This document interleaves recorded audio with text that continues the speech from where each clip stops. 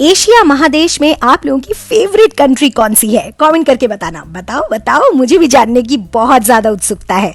Welcome back to all you need Triparna. बहुत दिनों के बाद एक लंबे व्लॉग पर मैं आ गई हूँ और हम जा रहे हैं एक नए इंटरनेशनल ट्रैवल पे।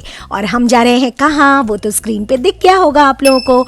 India to Hong Kong. जी हाँ, तो मेरा फेवरेट डेस्टिनेशन हांगकांग तो एशिया में नहीं कहूँगी, लेकिन मुझे नहीं पता था कि हांगकांग जाने से पहले ये कंट्री या ये पर्टिकुलर प्रोविंस इतनी सुंदर, इतना मॉडर्न, इतना खूबसूरत हो सकता है। तो ये पूरा जो सीरीज है, आप लोग डेफिनेटली इसके लिए बने रहो। और जिन्होंने अभी तक सब्सक्राइब नहीं किया है चैनल को, definitely do subscribe to the channel. और हम लोग मिल के ट्रैवल करने वाले हैं हांगकांग। तो हम जा रहे हैं सिंगापुर एयरलाइंस के थ्रू, जहां पर अभी आप लोग देख सकते हो स्क्रीन पे। मैं अपने आप को शीशे में देखते हुए जा रही हूँ, क्योंकि ये मेरे लिए एक थोड़ा सा अजीब और नया था। क्योंकि चलो देखो, बिजनेस क्लासेस में बहुत सारे फैसिलिटीज, प्रिविलेजेस तो दिए जाते हैं एयरलाइंस वालों की तरफ से, लेकिन इकोनॉमी को दिया जाता है ये सब चीज़ें, जैसे कि warm towel, headsets and then blankets, then pillows, then mirror. Oh my God, कितनी सारी चीज़ें हैं। हाँ, लेकिन एक चीज़ है कि वार्म टॉवल मान लो जब आप लोग चेहरे पर लगाते हो ना, मुझे उसका लॉजिक कुछ समझ में नहीं आया, क्योंकि उसके संग तो लॉजिकली एयरलाइंस वालों को मॉइस्चराइजर प्रोवाइड करना चाहिए था, नहीं? लेकिन देखो, इकोनॉमी वालों के लिए इतना कौन सोचता है? एयरलाइंस वाले तो आजकल खैर पैसे के अलावा कुछ सोचते ही नहीं। एनीवेज, सिंगापुर एयरलाइंस से वैसे मुझे काफी उम्मीदें हैं। देखते हैं ये ट्रैवल कैसा होने वाला है। तो सबसे पहले मूवी लगा दिया है मैंने और अपना हेडसेट भी कनेक्ट कर लिया है, लेकिन ये उसके बाद आई मास्क क्यों मैंने पहन लिया, मुझे समझ में नहीं आया। वैसे ये भी एयरलाइंस वालों ने ही प्रोवाइड किया है। अब हम लोग थोड़ी देर वेट कर रहे हैं, क्योंकि मुझे लगी है बहुत तेज भूख। देखो खाने में क्या क्या प्रोवाइड किया गया है। Cheese and bake potato with grilled chicken and saute vegetables, साथ में चाट। ये इंडियन चाट के संग कॉन्टिनेंटल मेन कोर्स का क्या मेल है, समझ में नहीं आया। एनीवेज, उसके संग एप्पल जूस है और साथ में ब्रेड एंड बटर, और कटलेरीज तो पूरी स्टील की है। भाई वाह, कुछ चाहो तो रख भी सकते हो अपने संग, क्यों? नहीं नहीं, मजाक कर रही हूँ। एनीवेज, उसके संग ये दही तो मदर डेयरी की है। अरे वाह, अच्छी बात है। चलो, इसको मिलाकर चाट के संग खाऊंगी, जो कि शायद मुझे बहुत अच्छा लगने वाला होगा। एनीवेज, साथ में ये पापड़। Oh my god, continental dish के संग पापड़ भी दिया गया। मतलब ये लोग हमें समझते क्या है? मतलब सिंगापुरियंस भी हद करते हैं। अब अगर तुम्हें मैं सिंगापुरियन नूडल्स के संग अपना इंडियन दम आलू खिलाऊं तो कैसा लगेगा? एनीवेज, ये डेजर्ट काफी अच्छा है। वाओ, अच्छी खुशबू भी आ रही है इस चॉकलेट केक से। हाँ, फ्रेश भी है। चलो, अच्छी बात है। एयरलाइंस वालों ने कम से कम कंजूसी तो नहीं की इकोनॉमी वालों के संग। और मेरे बाजू वाले पैसेंजर भाई साहब के प्लेट में क्या क्या है वो भी मैं आप लोगों को बताती हूँ। तो वैसे तो एयरलाइंस वालों के पास काफी सारे ऑप्शंस होते हैं, तो इन्होंने लिया है मटन करी एंड राइस। हालांकि ये वो Indian typical style mutton curry नहीं है जो हमें एक्चुअली में पसंद आती है। ये है थोड़ी सी वो कॉन्टिनेंटल स्टाइल में मटन करी, जिसमें नमक कम और स्पाइसेस भी एक्चुअली कम होते हैं, लेकिन हेल्थ वाइज वो अच्छी होती है। खाना खत्म होते होते और थोड़ी देर रेस्ट करते करते ही टाइम बीत जाता है और 4.5 घंटे का ऑलमोस्ट ट्रैवल हमारा खत्म हो जाता है। और फिर खिड़की के बाहर देखो ये नजारा, देख के समझ में आ रहा है मैं सिंगापुर बस पहुंचने ही वाली हूँ। अब मैं सीधा पहुंच गई हूँ चांगी एयरपोर्ट, यानी कि सिंगापुर एयरपोर्ट।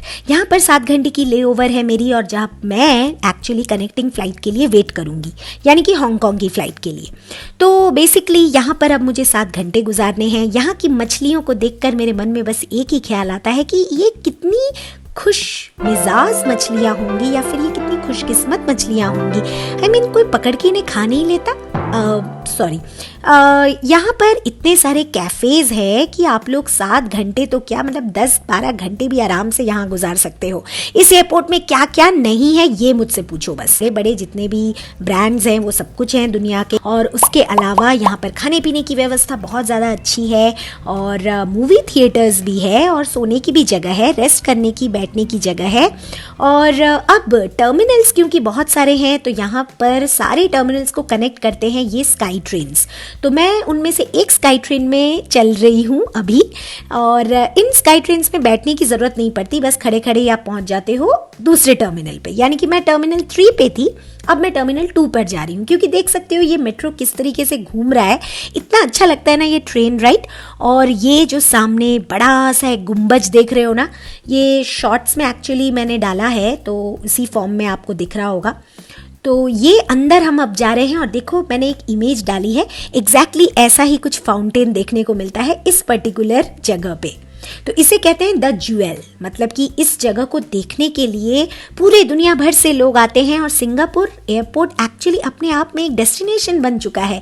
इतना अच्छा ट्रैवल डेस्टिनेशन बहुत ही कम एयरपोर्ट्स में इतनी अच्छी मैनेजमेंट के संग होती होगी।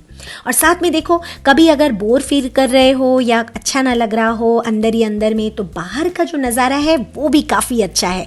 मतलब यहाँ से मुझे दिख रहे हैं सिंगापुर एयरलाइंस की फ़्लाइट्स जो कि टेक ऑफ करती हुई लैंड करती हुई दिख रही हैं, और साथ में यहाँ की लाइटिंग्स और फूल, अरे भाई वाह, मतलब जिया खुश कर दिया। इतना सुंदर, इतने अच्छे तरीके से मैनेज कर लिया है इनके मैनेजमेंट ने, hats off to them.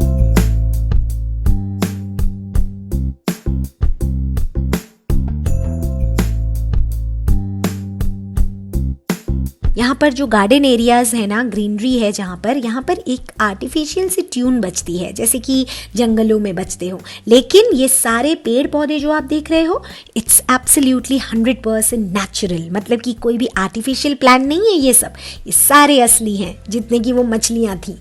Anyways, उसके बाद हम लोग अभी तो कुछ देर तक बस घूम घूम कर देखे ही जा रहे हैं, आंखें फाड़ फाड़ कर देखे जा रहे हैं, क्योंकि सच बोलूं तो मैं इतना सुंदर एयरपोर्ट मैंने ज़िंदगी में शायद ही कभी देखा हो, या फिर बोल सकते हो कि पहली बार देखा है। तो डेफिनेटली कभी भी अगर सिंगापुर आने का मौका मिले और अगर मान लो कनेक्टिंग फ़्लाइट भी हो आपकी सिंगापुर से, तो भी मैं ये डेफिनेटली रेकमेंड करूँगी कि सिंगापुर होते हुए आप लोग जाओगे ना, आपका दिल जिया सब कुछ बहुत खुश हो जाएगा, क्योंकि आप लोगों को बहुत मज़ा आने वाला होगा।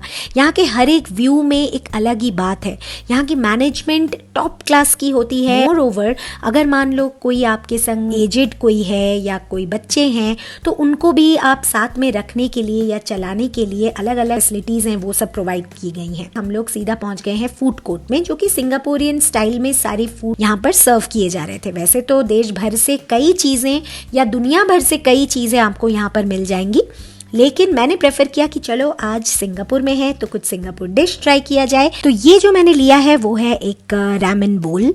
तो एक्चुअली देखो, इंडिया में जिस तरीके से रैमन बोल हम लोग खाते हैं तो वो थोड़ा स्पाइसी होता है और नॉर्मली चीज़ी या फ्लेवरफुल होता है, लेकिन यहाँ का जो ऑथेंटिक सिंगापुरियन रैमन बोल मैंने लिया, टू माई सरप्राइज़ ये बहुत ही ज़्यादा माइल्ड इन टेस्ट था। मतलब एकदम से मैं बोलूँ तो हिंदी में फीकी जिसको बोल सकते हैं, या फीका, तो कुछ इस तरीके का टेस्ट है ये।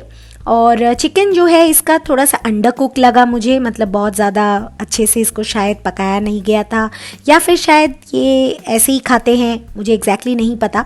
हो सकता है ये भी कि बहुत दिनों के बाद मैंने ऑथेंटिक किसी देश का खाना ट्राई किया है, तो हो सकता है कि मेरे टेस्ट बड को थोड़ा सा टाइम लग रहा है इस टेस्ट को समझने में। तो अब क्योंकि ये मैंने रामेन बोल ले तो लिया है, अब मुझे इसे ख़त्म भी करना पड़ेगा। वेस्ट नहीं करना चाहती मैं इस फूड को। ये ऊपर से इसका फ़ोटो वीडियो लेकिन काफ़ी बढ़िया आ रहा है, नहीं?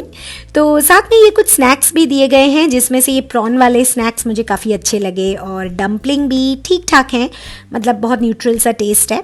और ये देखो, ये आ गए रोबोट महाशय जी। तो ये अपने आप क्योंकि चल रहे हैं और इनके हाथों में आप जो भी प्लेट कटलेरीज वगैरह जो भी हैं आप इनको थमा दो, ये अपने आप चलते रहेंगे। तो थोड़ी देर के लिए मैं क्योंकि बोर हो रही हूँ तो मैंने सोचा कि चलो अभी बाहर के नज़ारे को थोड़ा सा एंजॉय कर लूँ। बाहर थोड़ी बारिश भी हो रही है मुझे लगता है। देखो ये पूरे फ्लोर कैसे गीले गीले से लग रहे हैं ना, तो क्लाउडी सा भी मौसम हो रहा है और टाइम तो ऑलमोस्ट 11:30 का है अभी। तो अभी हमें फटाफट भागना भी पड़ेगा क्योंकि हमें कनेक्टिंग फ़्लाइट के लिए अपनी सिक्योरिटी चेक इन भी करानी बाकी है। तो बीच में मैं ये कुछ शॉट्स ले रही हूँ क्योंकि मुझे अच्छा लगता है प्लेन के शॉट्स लेना, टेक ऑफ होते हुए और लैंड होते हुए प्लेन्स को देखते हुए। तो ये प्लेन काफ़ी मज़ेदार है, मतलब ऐसा लग रहा है देखो जैसे कि कोई टॉय है और सामने से एकदम से ऐसे चलते हुए अपने आप कैसे रेंगते हुए जा रहे हैं। कितने ह्यूज होते हैं ये प्लेन्स, लेकिन दूर से कैसे लगते हैं इतने पुचकू पुचकू से। तो अब सिक्योरिटी चेक इन हो गया है, देखकर समझ में आ रहा है कि हम बैठ गए हैं फ़्लाइट में दोबारा, और हांगकांग की कनेक्टिंग फ़्लाइट है, सेम सिंगापुर एयरलाइंस में ही हम ट्रैवल कर रहे हैं। तो ऑलमोस्ट 3 hours 55 minutes का टोटल फ्लाइट ड्यूरेशन होने वाला है ये। तो एज ऑलवेज खाना आ गया है फिर से, लेकिन इस बार ये खाना मुझे बहुत ज़्यादा पसंद नहीं आया है। और लेकिन ये वनीला फ्लेवर्ड आइसक्रीम काफ़ी पसंद आया है मुझे। लेकिन ये जो स्पून इसके संग रहता है ना, देखो इससे काटे नहीं कटता ये आइसक्रीम, ये इतना हार्ड है।